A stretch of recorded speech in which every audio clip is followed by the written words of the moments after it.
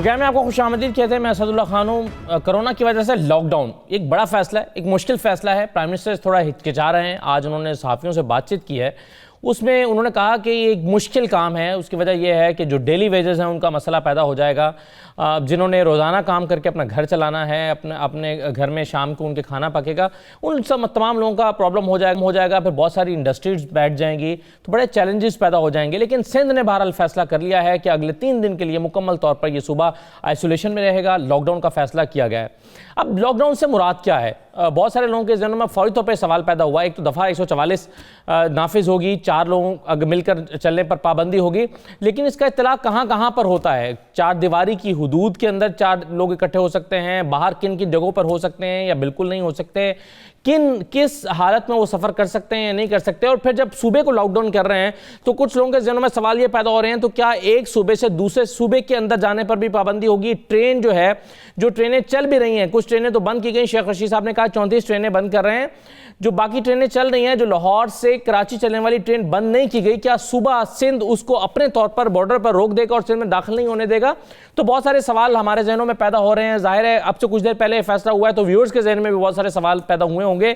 ان تمام سوالات کو آج ہم ایڈریس کریں گے اپنے پروگرام میں. لاک ڈاؤن کتنا ضروری ہے اور اصل پریشانی سندھ کی یہ ہے, وزیر اعلیٰ سندھ کا کہنا یہ ہے کہ لوکل ٹرانسمیشن سے 51 کیسز سامنے آ گئے ہیں. یعنی وہ لوگ جن کی ٹریول ہسٹری نہیں ہے, جو براہ راست باہر سے وائرس کو لے کر نہیں آئے ہیں, بلکہ یہاں پر جو لوگ آئے باہر سے وائرس لے کر, ان کے ساتھ میل جول یا ان سے پھر آگے جو وائرس ٹرانسفر ہوا ہے, ان کی وجہ سے یہ 51 لوگ متاثر ہوئے ہیں. اب یہ اتنا خطرناک رجحان ہے کہ اگر یہ رجحان چلتا رہا تو پھر یہ لوگ سوسائٹی میں جا کر ملٹی پلائی ہوں گے. اس کا مطلب یہ بھی ہے کہ یہ سارے لوگ وہ لوگ ہیں جو ان اٹینڈڈ رہے, جن کو جو آئسولیشن میں رکھ کر 14 دن کا پیریڈ نہیں شاید انہوں نے گزارا, اور وہ اپنے وائرس سمیت یہاں شہر میں یا ملک میں داخل ہو گئے, اور انہوں نے پھر وائرس ان لوگوں کو منتقل بھی کیا جن کی ٹریول ہسٹری نہیں تھی.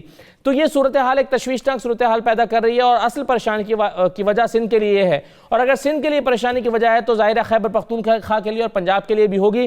تو بہت سارے لوگ پھر یہ اندازہ کر رہے ہیں, ڈاؤٹ کر رہے ہیں یا ایکسپیکٹ کر رہے ہیں کہ کچھ دن میں باقی صوبے بھی لاک ڈاؤن ہو سکتے ہیں. اصل صورتحال کیا ہے, کیا ہونے جا رہا ہے, ان تمام پہلوؤں پر آج ہم گفتگو کریں گے. میرے ساتھ ڈاکٹر وسیم خواجہ صاحب موجود ہیں, آپ ترجمان ہیں پیمز کے. ڈاکٹر صاحب بہت شکریہ خوش آمدید پروگرام میں شرکت کرنے کے لیے. ارشاد احمد عارف صاحب ہمارے ساتھ موجود ہیں, سینئر تجزیہ کار ہیں. اور یہ مقبول جان صاحب ہمارے ساتھ موجود ہیں, آپ بھی سینئر تجزیہ کار ہیں. اور لیاقت شہوانی صاحب ہمارے ساتھ موجود ہیں, آپ ترجمان ہیں حکومت بلوچستان کے.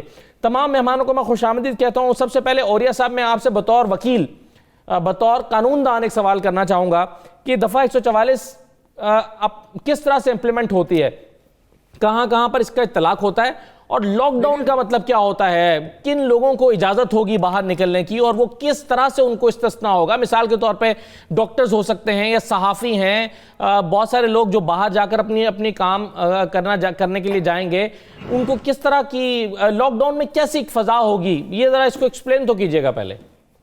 دیکھیں, پہلی بات تو یہ ہے کہ سیکشن 144 تو بیسیکلی ایک امرت دھارا ہے کہ جس میں ایک ڈسٹرکٹ میجسٹریٹ یا جو بھی میجسٹریٹ ہوتا ہے وہ ایک پابندی لگا دیتا ہے کہ آپ یہ کام نہیں کریں گے. کلفیوں پہ پابندی لگا دیتا ہے, موومنٹ پہ پابندی لگاتا ہے, اسی کے تحت کرفیو لگایا جاتا ہے. پہلی بات یہ ہے کہ کیا یہ کرفیو پاکستان میں پہلی دفعہ لگ رہا ہے؟ 1988 میں نے کوئٹہ شہر میں کرفیو لگایا تھا, اور وہ کرفیو تقریباً 32 دن تک چلتا رہا تھا.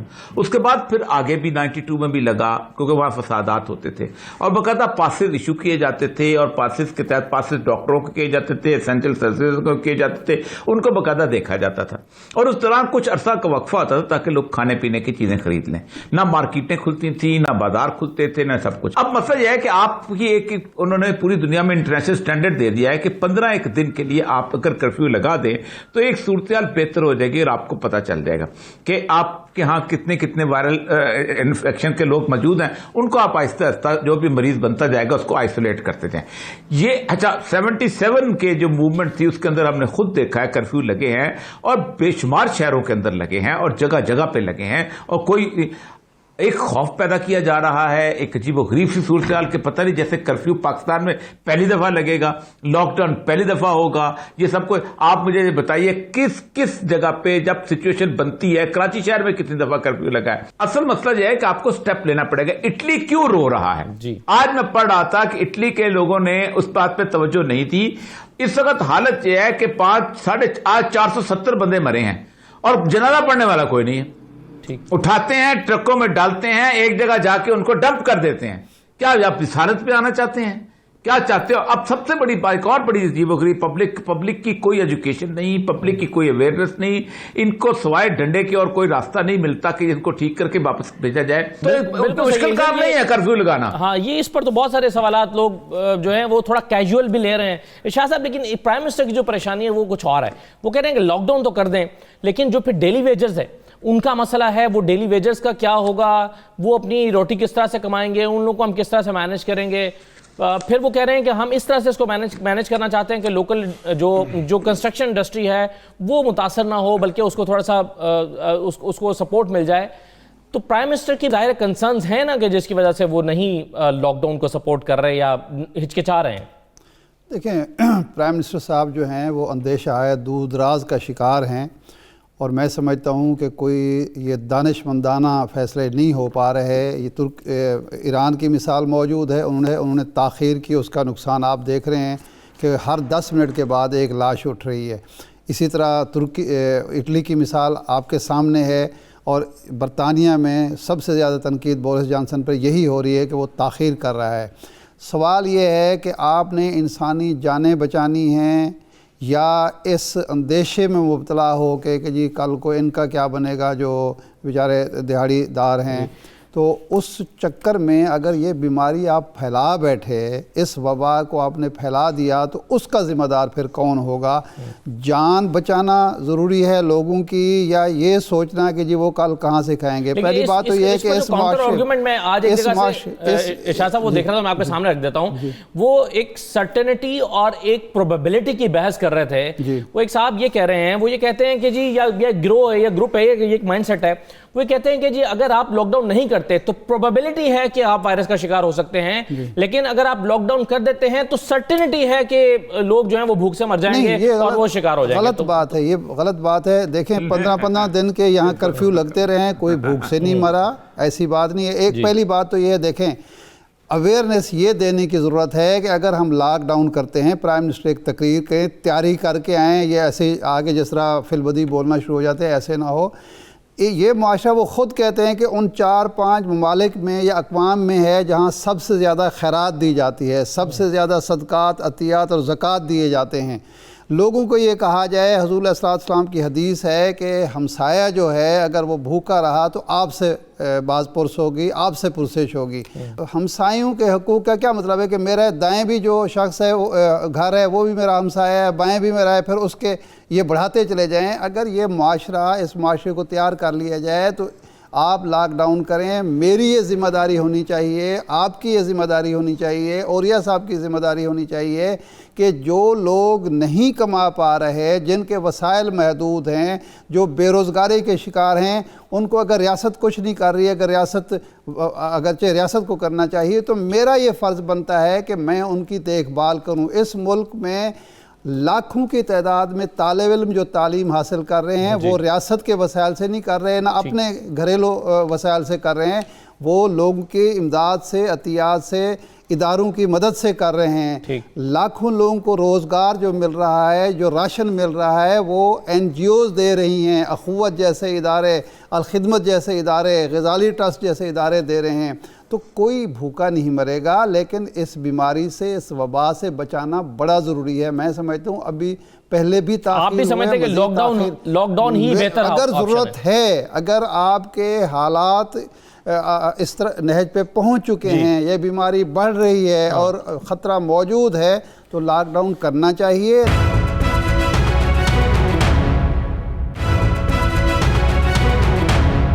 اصل پریشانی کی وجہ ہے سندھ حکومت ہے جس کا اظہار کیا مراد علی شاہ صاحب کہتے ہیں, ڈاکٹر وسیم صاحب وہ یہ کہہ رہے تھے کہ لوکل ٹرانسمیشن کے ذریعے 51 لوگ آ گئے.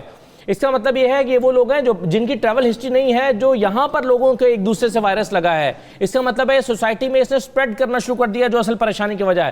تو ڈاکٹر صاحب آپ کے خیال میں کتنا امپورٹنٹ ہوگا اگر لاک ڈاؤن کا فیصلہ حکومت کرتی ہے, اور یہ کتنا خطرناک ہے یہ لوکل ٹرانسمیشن کے ذریعے پھیلنا؟ دیکھیں وہ ہاں دیکھیں بالکل ظاہری بات ہے, بیماری تو ایسی ہے کہ شکر اللہ کا کہ ہر بندے کو بہت زیادہ نقصان نہیں ہوتا, لیکن پریونشن تو کرنی ہی کرنی ہے. کہتے ہیں جس نے ایک جان کو بچایا اس نے پوری انسانیت کو بچایا. جان تو بچانا بہت ضروری ہے, اور جو بھی سٹیپس لینے ہیں جس طرح صاحب نے بتایا کہ سٹیپس ایسے لیں جس کے اب کسی کو گھر میں رکھنا ہے, کسی کو آپ نے روزی سے علیحدہ رکھنا ہے, تو کم از کو روزی تو دے نا پوری, اور اس کو پراپر پریونشن بھی اس کی کرے. اور لوگوں میں گائیڈنس بھی بڑی ضروری ہے کہ اگر کسی کو مسئلہ ہے تو یہ ڈرے نہیں. کسی کو کھانسی وانسی ہے اور زیادہ کوئی علامتیں نہیں ہے تو اس کو 14 دن علیحدہ رہنا چاہیے, تاکہ وہ کسی سے بات نہیں کرے یا کھانسی نہ کرے تو کھانسی کے ذریعے ٹرانسمٹ نہ ہو, اور اپنے ناک کو یا منہ کو ہاتھ لگاتا ہے پھر کسی سے ہاتھ ملاتا ہے تو اس طرح بھی ٹرانسمٹ ہو جاتا ہے. تو بیسیکلی یہ ان پہ ڈیپینڈ کرتا ہے. ماسک بھی پہن کے رکھیں, صفائی کا خاص خیال رکھیں, اور وہ نماز پڑھیں 5 کی, اور نیم گرم پانی کا استعمال بھی کرتے رہیں. یہ 3 دن کا لاک ڈاؤن کیسے ہیلپ کرے گا؟ مطلب یا تو پھر 14 دن کا پیریڈ گزارا جائے لاک ڈاؤن میں, یہ 3 دن کا لاک ڈاؤن کیسے ہیلپ کر سکتا ہے؟ چوتھے دن پھر اگر کوئی مریض وائرس کا کیریئر ہے تو وہ تو پھر وہی وجہ بن سکتا ہے. بالکل یہ تو 14 دن لگتے ہیں, 14 دن کے بعد پتہ چلتا ہے مسئلہ ہے جی نہیں. دوسری بات یہ لوگ ابھی بھی وہ باہر سے آ رہے ہیں, جو جن کو اندر ہے, جس نے بتایا اندر مسئلہ ہے, تو وہ جب کسی سے بات کرتے ہیں یا کسی سے ساتھ ہاتھ ملا رہے ہیں, پراپر پریونشن نہیں ہو رہی, تو وہ بھی ٹرانسمٹ ہو سکتا ہے. 14 دن تو لگتے ہیں ان میں جو ابھی جنہوں کو ٹچ کیا ہے. اس کے بعد اگر کسی کو ٹچ کریں گے بعد میں کریں گے, یہ تو پھر مسلسل سلسلہ ہے. تو اس پہ یہ بہت نظر رکھنی چاہیے, اور ہر طرح کی جو پریونشن میئرز ہیں وہ ہر شخص کو بھی اپنانے چاہیے, تاکہ جو ہے بیماری پھیلے نہیں. اور اللہ تعالیٰ کرے انشاءاللہ یہ عام نہ پھیلے. ہم تو سارے اسی پہ ہیں کہ پریونشن پہ ہم زیادہ زور دیتے ہیں. ڈر خوف کی ڈرے نہیں, خوف نہ کریں, بس اللہ کو یاد کریں تو انشاءاللہ تعالیٰ اللہ تعالیٰ آپ کو بچائے گا. ہماری بھی یہی دعا ہے کہ اللہ تعالیٰ آپ کو بچائے. اور لوگوں میں خوف و ہراس بہت زیادہ ہے. جیسے ہم نے آئسولیشن وارڈ بنایا, صرف کل کی ایگزامپل دیتا ہوں, لوگوں میں اتنا ڈر ہے کہ کوئی باہر سے نہیں بھی آئے, یہاں سے بھی ہے, کوئی خاص علامات بھی نہیں ہے, تو 700 کے قریب پیشنٹ آ کے ایمرجنسی میں انہوں نے آ کے اپنے بتایا کہ ہمیں یہ مسئلہ تو نہیں ہے, اور صرف چیک کروا رہے ہیں. اور مجھے ہر کسی کے ٹیسٹ بھیجنے کی ضرورت نہیں ہوتی. پھر ہم پراپر وہاں پہ اسکریننگ کرتے ہیں. اس کے بعد تقریباً 24 بندوں کو کا ٹیسٹ بھیجا ہم نے NIH میں. یعنی کہ ہر کسی ضرورت نہیں ہوتی. ہسٹری بھی لیں آپ, کوئی باہر سے آئے ہیں کہ ایسے بندے سے ٹچ کیا آپ نے, کسی ہاتھ ملایا, کوئی کھانسی تھی جس کو آلریڈی بیماری ہے, ٹھیک ہے, پھر تو آپ ٹیسٹ کرائیں. یہ علامات ایسی ہو تب, اگر بندے کو علامات ہیں معمولی سی ہیں, اگر پازیٹیو بھی ہے تب بھی کرنا تو کچھ نہیں, اس کو آئسولیشن بھی رکھنا ہے. بالکل. ایک بات لیاقت صاحب مجھے یہ بتائیے کہ یہ جو لوکل ٹرانسمیشن کے ذریعے کیسز سامنے آئے ہیں, اس کا مطلب یہ ہے کہ کہیں نہ کہیں لیکیج ہوئی ہے. کچھ لوگ نظر بچا کر نکلنے میں کامیاب ہوئے ہیں, جنہوں نے اپنا 14 دن کا پروسیس آئسولیشن میں نہیں گزارا, یا جو باتیں ہو رہی تھی کہ جی پیسے دے کر, 1000 روپے دے کر رشوت دے کر نکلنے میں کامیاب ہوئے. یہ سب افواہیں ہوں گی, میں اس پر یقین نہیں رکھتا, لیکن ظاہر ہے یہ لوگ کچھ نہ کچھ نکلے ہیں, وہ آئسولیشن میں نہیں رہے, تو اس کا مطلب ہے یہ تبھی لوکل ٹرانسمیشن سے پھیلا ہے. تو یہ لیکیج تو ہوئی ہے. اسد اللہ, کچھ لوگ نظریں چھپا کے نہیں نکلے بلکہ نظریں ملا کے 5 لاکھ لوگ ایئرپورٹ سے جو ہے وہ انٹر ہوئے ہیں. اور پاکستان میں کورونا کے جتنے کیسز شروع میں سامنے ہیں وہ ایئرپورٹ سے سامنے ہیں, اسپین سے سامنے ہیں. میں یہ نہیں کہہ رہا کہ وہ سارے تافتان سے نظریں بچا کے نکلے ہیں, میں یہ کہہ رہا ہوں کہ وہ ایئرپورٹ سے بھی کہیں سے بھی. میں یہ صرف یہ نہیں کہہ رہا کہ آپ بلوچستان اس کا پورا ذمہ دار ہے. جو ایئرپورٹ کے ذریعے آئے ہیں, جو امریکہ سے دوسرے ممالک سے آئے ہیں اور ایئرپورٹ پہ ان کی اسکریننگ نہیں ہوئی اور ایک چھوٹا سا فارم فل کر کے وہ چلے گئے, یہ سب ان میں وہ بھی شامل ہے. ایک صاحب نے خود کہا کہ مجھے انہوں نے چیک کیا, مجھے بخار تھا, میں نے 6000 روپے دیے اور مجھے جانے دیا ایئرپورٹ پہ. جی اس نے بتایا. جی لیاقت صاحب, تو یہ صورتحال ہے. 5 لاکھ لوگ تقریباً اب ایئرپورٹ سے انٹر ہوئے ہیں, اور آبویسلی کوئی 5000 افراد جو ہے وہ تفتان کے کوارنٹائن سینٹر سے آئے ہیں. یہ ایک صورتحال جو ڈیولپ ہوئی ہے, اس کو دیکھتے ہوئے یقیناً لیکیجز ہوئے ہیں, اور اللہ کرے کہ کیسز کم ہو. یہ تو اگر لوکل ٹرانسمیشن وائڈ اسپریڈ ہونا شروع ہوا تو وہی صورتحال بن سکتی ہے جو اٹلی میں بنا, جو چائنا میں بنا, اور جو امریکہ میں, جو دیگر ممالک میں. یہ تو ابھی رپورٹس آنے شروع ہوئے ہیں. لیکن ایک آپ کو بات میں بتاؤں کہ تفتان کا کوارنٹائن سینٹر کا ایک فائدہ یہ ہوا کہ جو ایپی سینٹر تھا ایران میں, وہاں سے لوگ آئے بھی وہاں سے موسٹلی, ان کو کم از کم یہ کہ تفتان کے جو کوارنٹائن ہے وہاں پہ ان کو مقید کیا گیا, ان کو رکھا گیا, ان کی اسکریننگ ہوئی. لیکن یہ ہے کہ وہاں کوئی گھر نہیں گیا. وہاں سے جو بھی لوگ آئے, متعلقہ جو صوبائی حکام ہیں, ان کے کوارنٹائن سینٹر ہے, ان کے حوالے کیے گئے. آج وہ سارے لوگ وہاں پر موجود ہیں. اب فائدہ یہ ہے کہ ان کے ٹیسٹ لیے جائیں گے لیبارٹری میں, جو پازیٹیو آئے گا وہ آئسولیشن فیسلٹیز میں ٹریٹمنٹ کے لیے شفٹ کیے جائیں گے, جو نیگیٹو آئے گا ان کو گھر بھجوایا جائے گا. یہ ایک فائدہ ہوا. لیکن 5 لاکھ لوگ جو مختلف ایئرپورٹ سے آئے نہ وہ کوارنٹائن گئے, وہ اپنے سیدھے گھروں کو جا رہے تھے. اب آتا ہوں میں لاک ڈاؤن کے حوالے سے. اسد اللہ, جہاں جہاں کرونا وائرس اسپریڈ ہو رہا ہے, الٹیمیٹلی وہ ممالک لاک ڈاؤن ہی کی طرف جا رہے ہیں, چونکہ کورونا کا کوئی علاج نہیں ہے. واحد علاج احتیاطی تدابیر ہے, اور احتیاطی تدابیر کیا ہے؟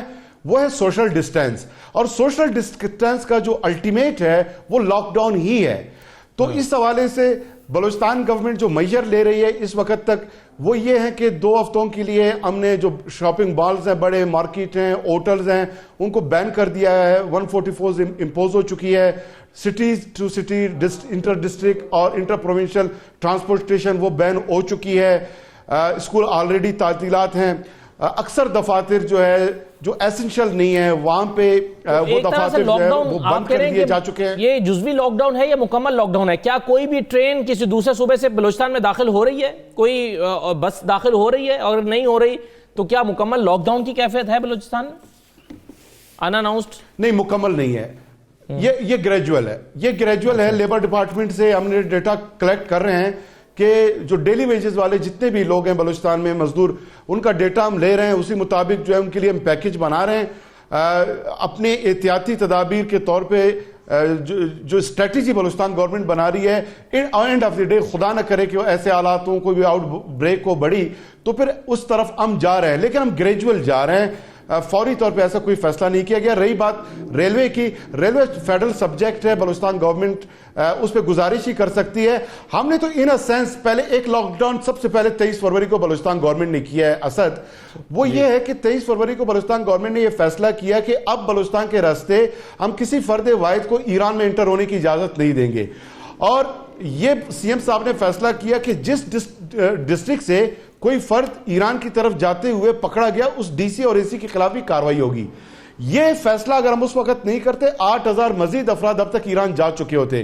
جو ہم نے یہ بروقت فیصلہ کر کے کم از کم 8000 افراد کی زندگیوں کو ہم نے بچایا, وہ وہاں پہ نہیں گیا, واپسی ان کو نہیں آنا, یہ مشکل سے ہم بالکل صحیح ہے. لیاقت صاحب, آپ کی گفتگو سے اب مزید کچھ سوالات پیدا ہو رہے ہیں, اور وہ یہ کہ اگر آپ بھی لاک ڈاؤن کی طرف سوچ رہے ہیں, پرائم منسٹر نے بھی کچھ دیے ہیں لیکن ہچکچا رہے ہیں, اور سندھ نے فیصلہ کر لیا ہے, تو جب لاک ڈاؤن ہونا ہے تو کیا پورے ملک کو ایک وقت میں لاک ڈاؤن کر دینا بہتر نہیں ہوگا؟ کیا باری باری صوبوں کو لاک ڈاؤن کیا جائے گا, اور کیا 3 دن کا لاک ڈاؤن کافی ہوگا؟ اس پر بھی گفتگو کرتے ہیں. ایک مختصر سا بریک لے لیتے ہیں, بریک کے بعد واپس آتے ہیں.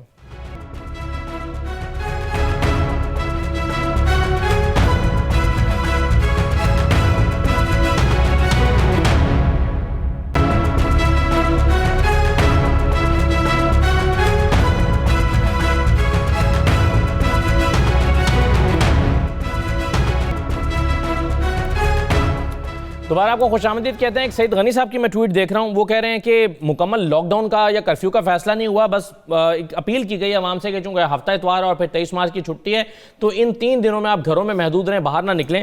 لیکن ابھی میں بریک میں بات کر رہا تھا ارشاد عارف صاحب سے, تو ارشاد صاحب کہہ رہے تھے کہ پھر یہ آئی جی صاحب خطاب کر رہے تھے کہ جی 4 لوگوں کو گرفتار کر لیا جائے گا, وہ کیا ہے؟ تو یہ اپیل ہے یا نفاذ ہے 3 دن کے لاک ڈاؤن کا؟ اس پر بہرحال ابھی وضاحت آنا باقی ہے. ہم کوشش کر رہے تھے کہ مرتضیٰ وہاب صاحب سے یا سندھ حکومت کے کسی نمائندے سے بات ہو جائے, یا چلیں کچھ دیر میں ہمارا رابطہ ہوا تو ہم ان سے بھی ذرا بات چیت کر لیں گے. مجھے ایک چیز لیاقت شمائن صاحب یہ بتائیں, لاک ڈاؤن کا فیصلہ سندھ حکومت نے کیا ہے یا نہیں کیا ہے الگ بات ہے, آپ لیکن ان لائنز پہ سوچ رہے ہیں.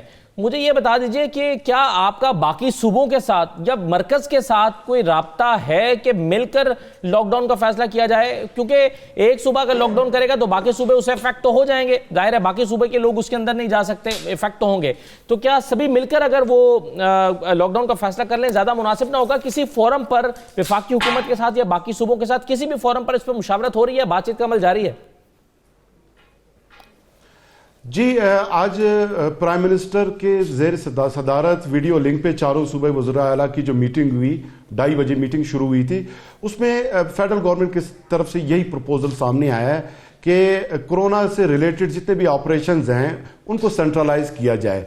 اور اس سلسلے میں ایک میڈیا کی جو نریٹو ہے وہ بھی ایک سینٹرلائز ایک ہی نریٹو بلڈ کی جائے, اور ساتھ ہی جتنے بھی میجر اٹھائے جائیں اس کو بھی سینٹرلائز کیا جائے, اور ڈیٹا جو شیئرنگ کا جو ایک سسٹم ہے اس کو بھی سسٹمیٹک بناتے ہوئے سینٹرلائز کیا جائے تاکہ اس سے یکسوئی، یگانگت اور یکجہتی بھی پیدا ہو اور یہ جتنے بھی آپریشنز ہیں اس میں نمٹنے میں بھی آسانی ہو.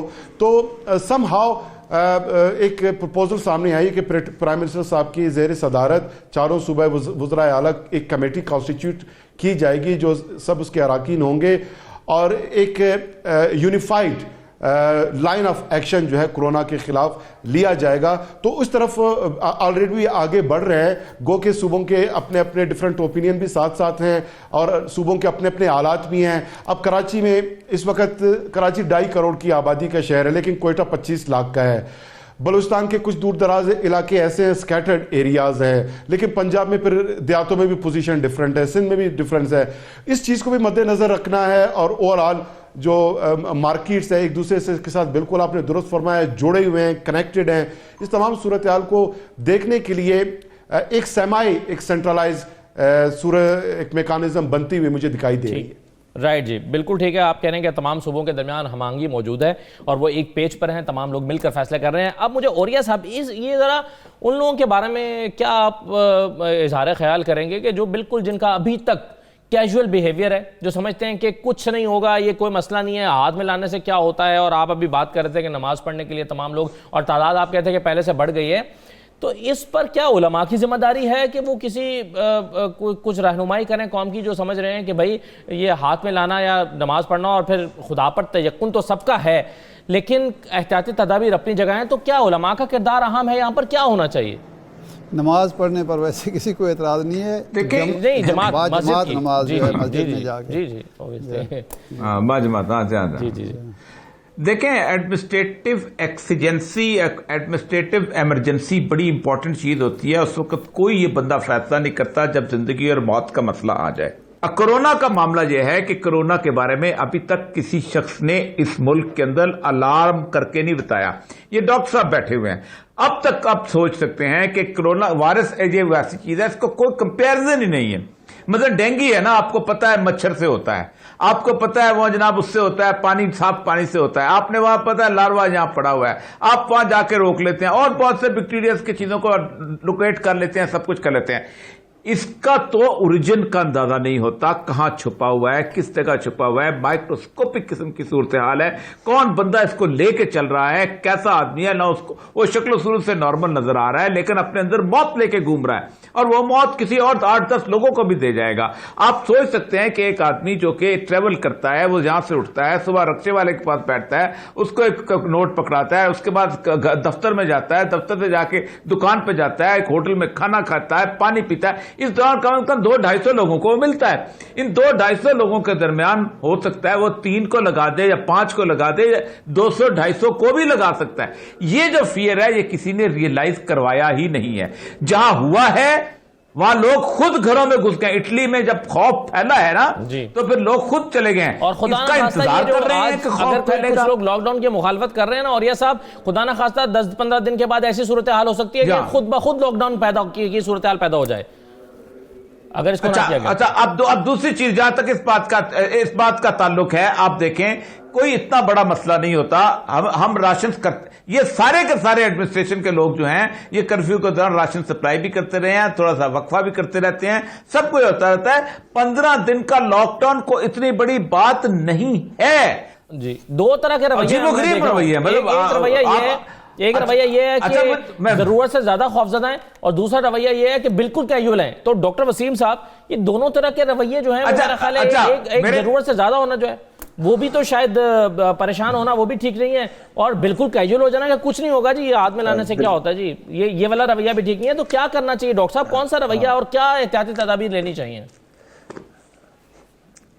ہاں دیکھیں، بیسیکلی وہی ہے کہ صفائی کا خاص خیال رکھنا چاہیے، ڈسٹنس رہ کے بات کریں، ماسک کو پہن کے رکھیں، متوازن غذا کا استعمال کریں تاکہ آپ میں امیون سسٹم اسٹرانگ ہو. خدا نہ خواستہ اگر شفٹ بھی ہونے لگے امیون سسٹم اسٹرانگ ہو تو آپ بچ سکتے ہیں. نماز 5 ٹائم کی پڑھیں، نیم گرم پانی کا استعمال کریں اور ڈسٹنس رہ کے بات کریں. کوئی مسئلہ نہیں، تھوڑے عرصے کے لیے ہاتھ نہیں ملائیں گے تو کیا ہو جائے گا، کوئی مسئلہ نہیں. وہ مسئلہ یہ ہے کہ چلو کسی میں علامتیں ہوں، چلو پھر تو ٹھیک ہے. بعض وقت علامتیں نہیں ہوتی، جراثیم 14 دن تک اندر ہی ہے، کوئی علامتیں سامنے نہیں آئی، مطلب مثال کے طور پر ایئرپورٹ پہ بھی آپ نے چیک کیا تو بخار اگر نہیں ہے تو ضروری تو نہیں ہے کہ اس کو بخار نہیں تو جراثیم نہیں ہوں گے، بعض وقت بخار اس کو بعد میں ہو جاتا ہے، تو اس لیے اسی طرح کسی کو بخار ہے تو ہو سکتا ہے کوئی اور وجہ ہو، تو اس لیے لوگوں کو چاہیے کہ پریونٹیو میجر رکھیں تاکہ بچ سکے، خود بھی بچ سکیں اور لوگوں کو بھی بچائیں۔ کچھ دنوں کی بات ہے، کچھ دن آپ نے پریونٹیو میجر اختیار کرنے ہیں تو انشاءاللہ تعالیٰ یہ بیماری یہاں سے ختم ہو جائے گی اور پھیلے گی بھی نہیں۔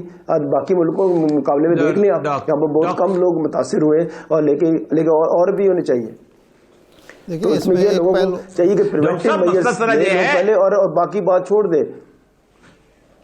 جی اور یہ صاحب آپ بھی کچھ کہنا چاہ رہے ہیں؟ سب سے بڑا پریونٹیو میجر تو یہ ہے جی میں ڈاکٹر صاحب سب سے بڑا پریونٹیو میجر یہ ہے کہ ایک دوسرے سے کانٹیکٹ ختم ہو۔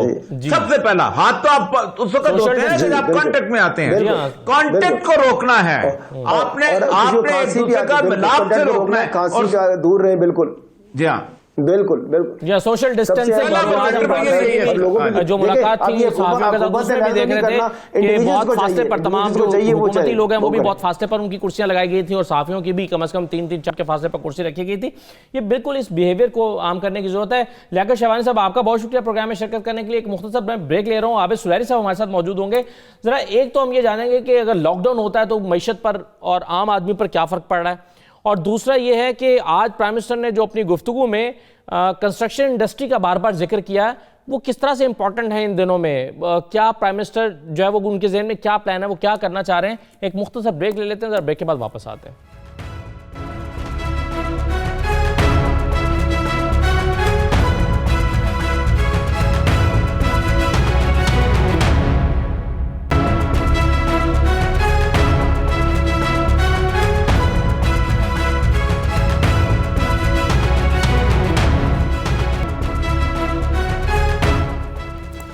دوبارہ خوش آمدید۔ بریک پر جانے سے پہلے احتیاطی تدابیر پر بات ہو رہی تھی، ارشاد عارف صاحب اس پر کچھ کہنا چاہ رہے ہیں، پھر میں ڈاکٹر عابد سلیری صاحب کے پاس آتا ہوں۔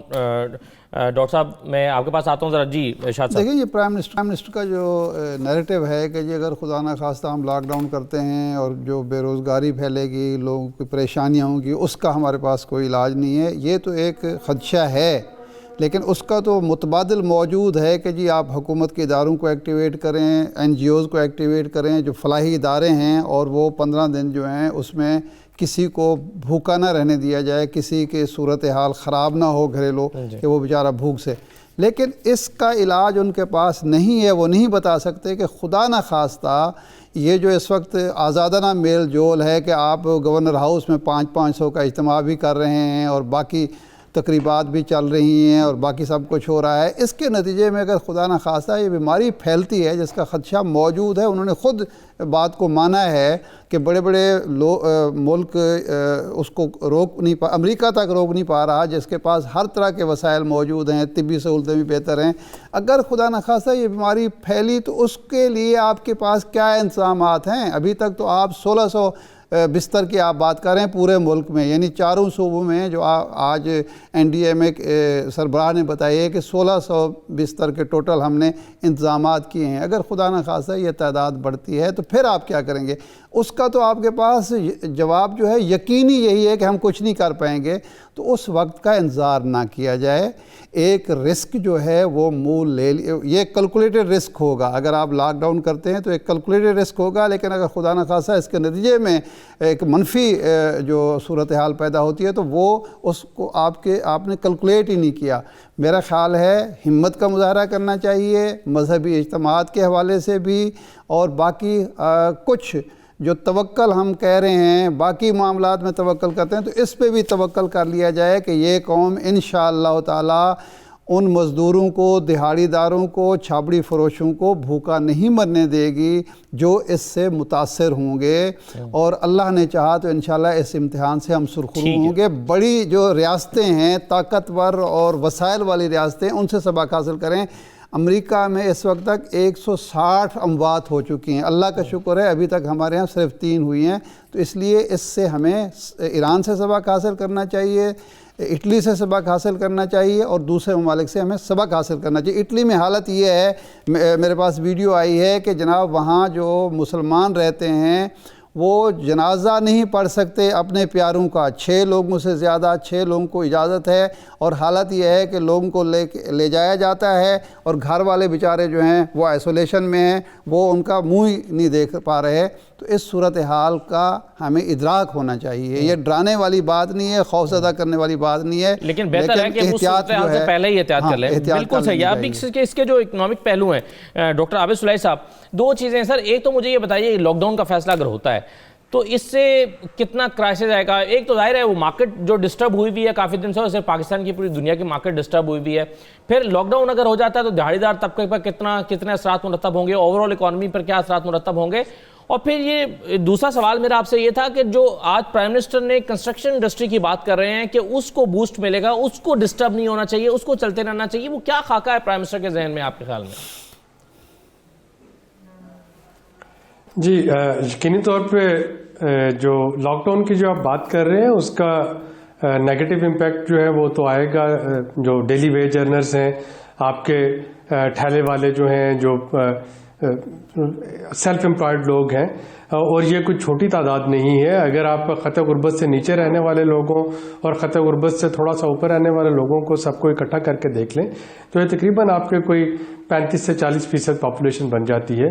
اس کے بعد آپ کے تمام آفیسز جو ہیں وہ ورک فرام ہوم کی فیسلٹی نہیں دے سکتے.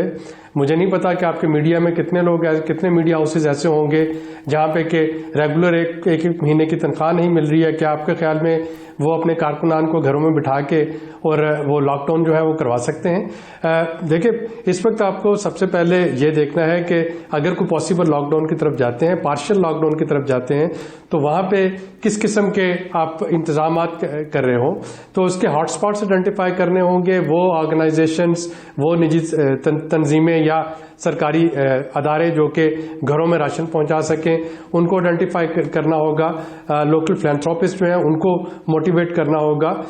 ایک چیز جو کہ فوراً کی جا سکتی ہے کسی بھی ممکنہ لاک ڈاؤن کے خدشے کے پیش نظر, وہ یہ ہے کہ جو بسپ کے بینیفیشری ہیں آپ کے آلریڈی, جن کو ہر 3 مہینے کے بعد قسط ملتی ہے, ان کو آلریڈی ایڈوانس قسطیں دے دی جائیں. اگلے 2-3 ایک ساتھ جو ہیں وہ یکمشت ادا کر دی جائیں تاکہ ان کے پاس تھوڑے سے پیسے جو ہیں وہ ہینڈی اور محفوظ رہیں. اس کے بعد اگر ہمیں کسی ممکنہ لاک ڈاؤن کی طرف جانا ہے تو اس سے پہلے ایک والنٹیئرز کی فورس تیار کرنا ہوگی. دیکھیے, ہر بندے کو تو آپ اندر نہیں بند کر سکتے. آپ کے پاس کچھ نہ کچھ لوگ چاہیے جو کہ راشن پہنچا سکیں, ادویات پہنچا سکیں, جو باقی ضروریات جو ہیں ان کا خیال رکھ سکیں. تو اس کے لیے ایک والنٹیئرز کی فورس جو ہے وہ تیار کرنا ہوگی. وہ خواہ ہم اسٹوڈنٹس میں سے کریں, وہ خواہ اپنے اسکول ٹیچرز جن کو کہ آلریڈی چھٹیاں مل چکی ہیں ان میں سے کریں, یا پیرامیڈکس کو کریں, لیکن یا ریٹائرڈ آرمی کے جو ہمارے جوان ہیں ان کو ہم واپس بلائیں. لیکن کچھ آپ کے پاس والنٹیئرز کا ہونا جو ہے وہ ضروری ہے.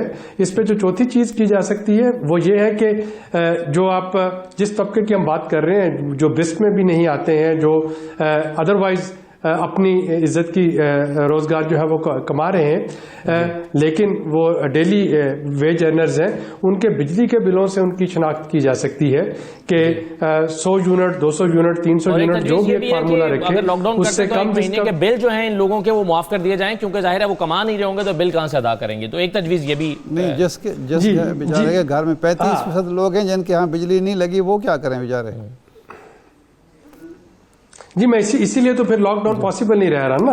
ادروائز تو اگر آپ کے پاس کوئی سمپل فارمولا ہو تو ڈاکٹر صاحب آپ لاک ڈاؤن کے حامی ہیں اس میں یا مخالف ہیں, آپ کی رائے. دیکھیں یہ ایک بلیک سوان ایونٹ ہے. یہ ایک ایسا ایونٹ ہے جو کہ انپریڈکٹیبل, ہم میں سے جتنے لوگ بھی یہاں بیٹھے ہیں پہلی دفعہ ہم ایک عالمی وبا کو اپنی آنکھوں کے سامنے ہوتا ہوا دیکھ رہے ہیں. اس سے پہلے آپ تعاون کا ذکر پڑا کرتے تھے, پلیگ تھا, تعاون تھا, لیکن ہم میں سے کوئی بھی اس میں مرحلے سے کو واقف نہیں ہے. اور یہ روزانہ کی بیسس پہ آپ کے ڈیسیژن جو ہیں یہ ریویو ہونے کی ضرورت ہے. اس پہ یہ نہیں ہو سکتا کہ آپ ایک آج ڈیسیژن لے لیں اور وہ ڈیسیژن ٹیوزڈے کو بھی ویلڈ ہوگا. یقیناً ہم جو باتیں آج کر رہے ہیں وہ آج کے حالات کے پیش نظر ہیں, لیکن اگر خدا نخواستہ یہ چیز جو ہے یہ ایڈورس ہوتی ہے ٹیوزڈے کو, تو ہو سکتا ہے کہ آپ کو ساری چیزیں سائٹ پہ رکھ کے مکمل کرفیو نافذ کرنا پڑ جائے. تو یہ روزانہ کی بنیادوں پہ یہ چیزیں جو ہیں ریویو کرنے کی ضرورت ہوگی. جی اوریہ صاحب. دیکھیں 2-3 چیزیں میں سامنے رکھ دوں. سب سے بڑی بات یہ ہے کہ اتنا بڑا سوچنے کی اس میں ضرورت نہیں ہے. جس وقت ایک ایمرجنسی آتی ہے تو آپ کی پوری فائنینشیل جو کٹی ہوتی ہے اس کو دیکھا جاتا ہے کہ ہم 15 دن کے لیے کیا کر سکتے ہیں. پاکستان کی، میں خود فائنانس میں رہا ہوں، پاکستان کی کوئی ایسا اپنا صوبہ نہیں ہے یا مرکز نہیں ہے کہ جو 15 دن کی ایون ایکسیجنسی بجٹ جو ہے اس کے اندر سے تنخواہ نکال کے نہ دے سکے. آپ اندازہ کریں کہ ان کی جو اس کی budget allocation pay and losses کے اندر سے نکالا جا سکتا ہے. پاکستان کی کوئی بزنس اسٹیبلشمنٹ ایسی نہیں ہے کہ جو 15 دن کے لیے پورے سال کے اندر سے 15 دن کی تنخواہ اپنے مزدوروں کو نہ دے سکتے ہیں. صرف یہ ہے کہ خطرے کو آئیڈینٹیفائی نہیں کیا جا سکا اور نہیں کر پا رہے کہ خطرہ کتنا بڑا ہے کہ اگر ہم نے اس ایک سوچنے میں 15 دن اور لگا دیے تو اس کے بعد تو آپ لاک ڈاؤن کریں بھی تو پھر آپ تو یہی ہوگا کہ آپ گھروں میں سے جا کے فیکٹری لوگ ہیں ان کو اٹھا کے اسپتالوں میں دیں گے. پھر آپ کہیں گے جب ہمارے پاس اسپتال کے بیڈ ختم ہو گئے ہیں، پھر آپ کہیں گے ہمارے پاس وینٹیلیٹر ختم ہو گئے ہیں. میں ڈرانا نہیں چاہتا ہوں، لیکن بنیادی طور پر سچویشن یہ ہے کہ آپ کو فوری طور پر اس کو فیصلہ کرنا چاہیے. 15 دن کو بڑی بات نہیں ہوتی. جی ڈاکٹر صاحب، یہ جو ڈاکٹر وسیم صاحب، یہ جو سینٹر بنا دیے گئے ہیں، آئسولیشن سینٹرز بنا دیے گئے ہیں، 9 جو ہے وارڈز اس کے لیے مختص کر دیے گئے ہیں، آپ کے خیال میں خدا نہ خواستہ اگر سچویشن ورسٹ ہوتی ہے اور یہ تعداد جو ہے وہ ہزاروں میں پہنچ جاتی ہے تو جتنے انتظامات کیے گئے ہیں یہ آپ کے خیال میں کافی ہوں گے اس سچویشن کو ہینڈل کرنے کے لیے یا ناکافی ہوں گے؟ نہیں بالکل وہ ساری باتیں ٹھیک ہیں. خدا نہ خاصا اللہ نہ کرے اگر زیادہ بھی ہو جائیں مریض تو جس طرح میں اگزامپل دوں گا، سرگودا میں اسپتال میں بیڈز کم تھے تو انہوں نے ہاسٹل جو ہے وہاں پہ خالی کر لی، وہاں پہ انہیں بیڈز لگا لیے. ڈاکٹرز سسٹرز وغیرہ سارے ٹریٹمنٹ کے لیے سارے حاضر ہوتے ہیں. لیکن یہ بس دعا کریں خدا نہ خاصا اگر زیادہ بھی ہو پیشنٹ تو وینٹیلیٹر والے زیادہ نہ ہو، وینٹیلیٹرز کی کمی نہ ہو. اور وینٹیلیٹرز کے ہم نے پہلے ہی کہہ دیا گورنمنٹ کو کہ وینٹیلیٹر زیادہ ارینج کریں. خدا نہ خاصا کسی کو وینٹیلیٹر کی ضرورت پڑے تو وہ ہمیں لازمی لگائیں تاکہ ان کی جان بچ سکے. باقی جہاں بیڈز کا تعلق ہے، آئسولیشن کا تعلق ہے، وہ بڑھا سکتے ہیں، کسی بھی جگہ کو آئسولیشن کر سکتے ہیں. جس طرح میں کے ساتھ ہمارا گورنمنٹ اسپتال ہے اس کو بھی ہمیں کر سکتے ہیں. اور قائدہ یونیورسٹی ہے وہاں پہ بھی وہ ابھی چل رہا ہے سلسلہ کہ وہاں پہ بھی ہو سکتا ہے ضرورت پڑنے پہ وہاں پہ بھی علیحدہ بیڈز لگا دیں گے. بیڈز لگانے کا کوئی مسئلہ نہیں ہے. اسٹاف ہر جگہ چلا جائے گا، ڈاکٹر نرسز پیرامیڈیکل اسٹاف سارے ان کے ٹریٹمنٹ کے لیے تیار ہیں، ان کے لیے کوئی مسئلہ نہیں ہے. لیکن یہ ہے کہ چیزیں ساری مکمل ہوں. اللہ نہ کرے کہ پہلی بات تو یہ ہے کہ مریض زیادہ نہ ہوں، زیادہ بھی نہ ہو اور سیریس بھی نہ ہو. اور اللہ تعالیٰ خیر رکھے گا انشاءاللہ تعالیٰ. ہماری دعا یہی ہے، لوگوں سے یہی کہوں گا بس اللہ کو یاد رکھیں اور دعا کریں اور نمازیں پڑھیں.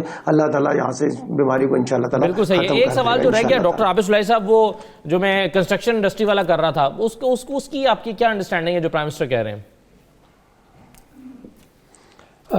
دیکھیے یہ تو پرائم منسٹر سے ہی پوچھا جا سکتا ہے، لیکن فی الحال تو کنسٹرکشن کی جو ہم بات کر رہے ہیں وہ تو فیلڈ ہاسپٹلس کی کنسٹرکشن کی بات ہو رہی ہے اور آئسولیشن سینٹرز کی کنسٹرکشن کی بات ہو رہی ہے. فی الحال تو آپ جو بزنس ایز یوزول ہے اس سے ہٹ چکے ہیں، آپ ایک ایمرجنسی فیز میں ہیں. اور جو بزنس ایز یوزول جو ہم اس ایپیڈیمک پینڈیمک آنے سے پہلے کی جو باتیں کر رہے تھے، میرا خیال ہے کہ ان کو فی الحال ہمیں سائڈ پہ رکھنا ہے. اور جو ایک مسئلہ ہمارے سامنے ہے، لیکن مجھے گزارش یہ ہے، یہ کون سی کنسٹرکشن انڈسٹری ہوگی؟ ایک مکان بن رہا ہوگا اور اس میں 10-12 مزدور ہوں گے، 4-5 مستری ہوں گے، تو وہ سوشل کانٹیکٹ نہیں ہوگا. وہ جا کے وہاں جو جب کام کریں گے انہوں نے کیا ہے. ایک تو ڈیلی ویجرز کے لوگ جو ہیں وہ کہہ رہے ہیں کہ وہ ڈسٹرب نہیں ہوں گے. دوسرا یہ ہے کہ اتنا زیادہ وہ قریب رہ کر کام نہیں کرتے. جو پرائم منسٹر مجھے سمجھ آ رہی تھی، مزدور جو ہیں وہ ایک ہی جگہ سے انہوں نے سیمنٹ لینی ہے، ایک جگہ سے بجری لینی ہے، ایک جگہ سے ریت لینی ہے. اس اکٹھے بیٹھ کے کھانا کھانا ہے. جو مستری کام کر رہے ہیں اس کو جا کے اس کے سامنے رکھنا ہے، اکٹھے بیٹھ کے کھانا کھانا. سوشل کانٹیکٹ تو ہو گیا. یہ تو عجیب و غریب باتیں ہیں کہ اس موقع پر جو جان بچانا ہے ہم نے بنیادی، یا تو آپ کہہ دیں کہ جی کوئی خطرہ نہیں ہے، ایک طرف آپ کہہ رہے ہیں کہ بڑا خطرہ ہے اور ہم دیکھ رہے ہیں اپنے ارد گرد کے خطرات موجود ہیں، تو اس کے بعد ہمیں سوچنا یہ چاہیے کہ پہلی ترجیح جو ہے وہ عوام کی جان بچانا ہے، عوام کو اس وبا سے بچانا ہے، باقی چیزیں بعد میں آتی ہیں. ٹھیک ہے، بالکل صحیح ہے شاہ صاحب. تمام مہمان زیادہ تر لاک ڈاؤن کی بات ہو رہی ہے اور اس کے امکانات بھی نظر آ رہے ہیں کہ جو صورتحال ہے وہ لاک ڈاؤن کی طرف جا رہی ہے اور یہ کیے بغیر شاید ممکن نہ ہو کہ اس کو کنٹرول کیا جا سکے، اور احتیاطی تدابیر اور وہ جو بیہیویئر ہے جس کو ہم کہہ رہے ہیں کہ کیئرلیس سا بیہیویئر ہے، کیجول سا بیہیویئر ہے، جس میں ابھی تک اس بیماری کو بہت سارے علاقوں میں خاص طور پر دیہاتوں میں سنجیدہ نہیں لیا جا رہا، ان کے لیے خطرے کی بات یہ اور سمجھنے کی بات یہ ہے کہ یہ لوکل ٹرانسمیشن کے ذریعے بیماری پھیلنا شروع ہو گئی ہے. یعنی ضروری نہیں ہے کہ میڈیکل ہسٹری ہو، یہاں پر لوگ آپس میں بیماری کو، وائرس کو تقسیم کرنا شروع ہو گئے. اس کے لیے زیادہ احتیاط کی ضرورت ہے. تمام مہمانوں کا پروگرام میں شرکت کرنے کا بہت شکریہ. اجازت دیجیے. اللہ حافظ.